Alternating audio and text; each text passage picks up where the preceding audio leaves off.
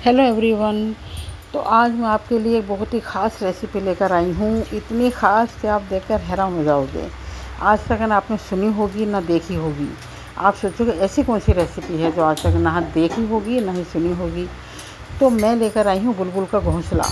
अब आप सोचोगे कि घोंसले तो हमेशा हमने देखे हैं कि पक्षी पेड़ पर बनाते हैं, तार पर बनाते हैं या घरों में बना देते हैं, लेकिन ये रेसिपी में कैसे आया। तो रेसिपी में मैं लेकर आई हूँ और आपको मैं इस रेसिपी को बताऊँगी, आपके साथ शेयर करूँगी। तो मैं बताऊँगी कि सबसे पहले इसके लिए हमें ज़्यादा इंग्रेडिएंट्स नहीं चाहिए, सिर्फ दूध चाहिए, चीनी चाहिए और सेवइयाँ चाहिए। तो मैंने यहाँ पर आधे किलो दूध रख दिया है पकने के लिए। धीमी धीमी आंच पे इसको मैं बनाऊँगी। इसकी मुझे तैयार करनी है रबड़ी।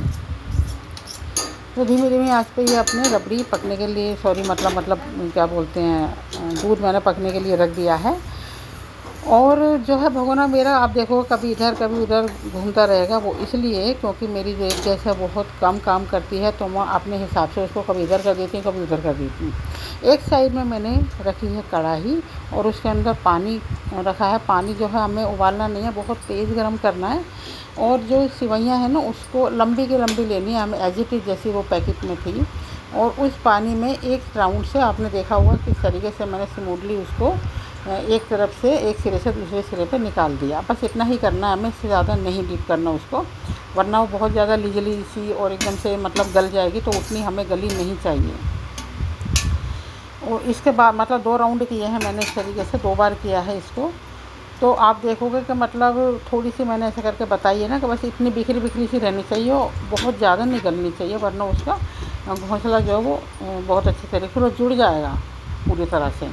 जबकि हमें रफली चाहिए थोड़ा। आपने देखा होगा कि वैसे तो बहुत अच्छे बने होते हैं पक्षियों के घोंसले, लेकिन फिर भी तिनका तिनका सा उनका जो घास का होता है वो सारा नज़र आता है, तो वो चीज़ इसमें दिखनी चाहिए। अब जो है मैंने क्या किया कि मतलब इसको बीच बीच में चलाती भी जाऊंगी। जो ये है रबड़ी जो हमारी तैयार हो रही है, दूध नीचे से जलना नहीं चाहिए, तो इसको बीच बीच में हमें चलाना भी है। तो थोड़ा सा सिवइयों का जो पार्ट है ना हमें निकालना है बहुत आराम से कि टूटे नहीं। तो थोड़ा थोड़ा सा इस तरीके से पार्ट निकाल कर उसको रोल रोल करना है। आपको अगर प्लेट में आसानी पड़ रही है प्लेट में कर लो, हाथ में लग रहा है हाथ में कर लो।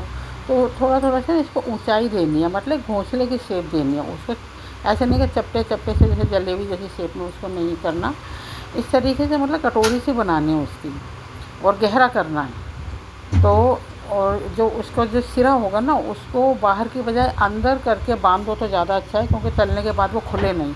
बस इतना हमें इसको बांधना है कि जब हम कढ़ाई में इसको तलें तो ये बिखरे नहीं। जिस तरीके से मैं कर रही हूँ बिल्कुल उसी तरीके से आप करोगे। बहुत ही आसान रेसिपी है और बहुत कम खर्चे में और बहुत ही टेस्टी। मैं क्या बताऊँ आपको, मतलब बहुत अच्छी मिठाई है ये। मैं आपको इतनी खुशी होगी ना, मैं अपनी हर रेसिपी में बताती हूँ कि जो काम अपने आप से हम जिस काम को करने में सफल होते हैं, और इतनी खुशी सबसे पहले हमें होती है, फिर ऐसा लगता है कि सामने से अगर उसका रिप्लाई हमें मिलता है ना, रिस्पॉन्स मिलता है, तो पूछो खुशी कितना गुना बढ़ जाती है। ये तो हम फील ही कर सकते हैं। तो यहाँ पर ये जो है बुलबुल के घोंसले तैयार हो रहे हैं। इनके अंदर बहुत सारी बुलबुल बैठेंगी अभी और रबड़ी खाएंगी। तो इस तरीके से ये मैंने सारे तैयार कर दिए हैं। और ये जो है आप देखोगे जब हम तलेंगे ना इनको, तो ये आप चाहो तो मतलब इसको जैसे आपको ये सोचना है कि अभी हमें सॉफ्ट रखना है, ये वाला जो घोंसला है इसको हमें सॉफ्ट रखना है, तो आप उसको कम फ्राई करो। अगर हमें चाहिए कुरकुरापन और ऊपर से मतलब रबड़ी का वो होना चाहिए, टेक्सचर होता है ना कि नीचे हमें कुरकुरापन ऊपर सॉफ्टनेस चाहिए, तो आप उस हिसाब से इसको फ्राई कर सकते हो। तो अगर मैंने डायरेक्ट ये कढ़ाई में डाली होती है तो थोड़ा सा ऐसा लगता है ना, पलटने अलटने में टूट जाती, बिखर जाती। इसलिए इस तरीके की एक छलनी सी हो उसमें कर लो। अगर इतनी सारी में नहीं हो सकता, मतलब ये वाला झज्झर सा आपके पास नहीं हो, तो चाय छलनी में दो दो करके भी कर सकते हो, ज़्यादा टाइम नहीं लगता इसमें।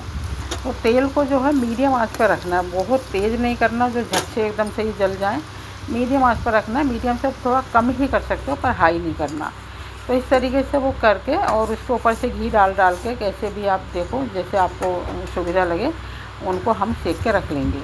अब ये देख रहे हो इधर जो है रबड़ी भी तैयार हो गई है बिल्कुल। रबड़ी को ठंडी करने रखा तो इस तरीके की थिकनेस इसकी हो गई है, हमें ऐसी ही चाहिए।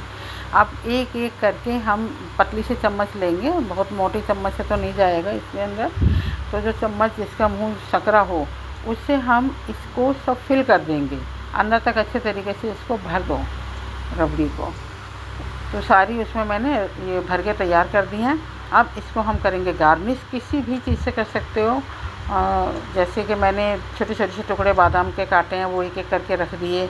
और थोड़ा सा जैसे आप इसमें वो भी बिखेर सकते हो, क्या बोलते हैं, पिस्ता का चूरा, और एक एक बीज भी रख सकते हो। जितने आप डेकोरेशन करोगे उतना अच्छा लगेगा और उतना टेस्ट भी बढ़ जाएगा। ऊपर से मैंने एक एक किशमिश रख दिया। और अगर आप चाहो, इतना अवेलेबल हो आपके पास, तो आप वर्क भी लगा सकते हो इस पर, तो देखने में बहुत ही अच्छी लगेगी। और जब जो चीज़ देखने में अच्छी लगती है उसको खाने का भी मन करता है। तो यहाँ पर एक छोटा सा गार्डन का लुक भी मैंने दे दिया है कि एक म्यूज़िक वाला, मतलब एक फीलिंग सी भी रहेगी कि आराम से म्यूज़िक सुन रहे हैं, तबले बज रहे हैं, उधर हम मिठाई का मज़ा ले रहे हैं। तो आप इस तरीके से एक माहौल तैयार कीजिए खाने के लिए घर में सचमुच। और ये देखो कितनी सुंदर लग रही है देखने में। तो मेरी रेसिपी आपको पसंद आई हो तो आप इसको शेयर कीजिए जितना हो सके। ये नई रेसिपी है, सभी को पता चलना चाहिए कि हाँ ये भी एक त्यौहार पर हम बना सकते हैं। और खाकर देखोगे तो बहुत ही गज़ब की है। तो मेरे वीडियो को सब्सक्राइब